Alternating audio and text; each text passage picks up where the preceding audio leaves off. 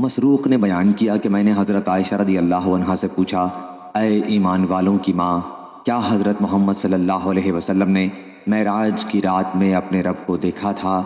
حضرت عائشہ رضی اللہ عنہا نے کہا، تم نے ایسی بات کہی کہ میرے رونگٹے کھڑے ہو گئے۔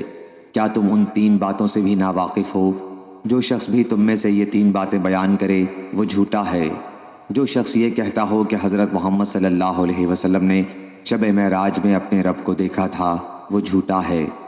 پھر انہوں نے آیت لا تدرکہ الابصار سے لے کر من وراء حجاب تک کی تلاوت کی اور کہا کہ کسی انسان کے لیے ممکن نہیں کہ اللہ سے بات کرے سوائے اس کے کہ وحی کے ذریعے ہو یا پھر پردے کے پیچھے ہو، اور جو شخص تم سے کہے کہ آن حضرت صلی اللہ علیہ وسلم آنے والے کل کی بات جانتے تھے وہ بھی جھوٹا ہے۔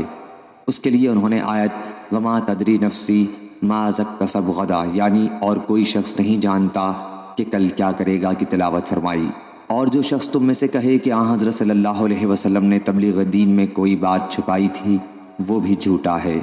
پھر انہوں نے یہ آیت تلاوت کی یا ایھا الرسول بلغ ما انزل الیک من ربک یعنی اے رسول پہنچا دیجئے وہ سب کچھ جو آپ کے رب کی طرف سے آپ پر اتارا گیا ہے۔ ہاں آن حضرت صلی اللہ علیہ وسلم نے حضرت جبریل علیہ السلام کو ان کی اصل صورت میں 2 مرتبہ دیکھا تھا۔ صحیح بخاری حدیث نمبر 4855۔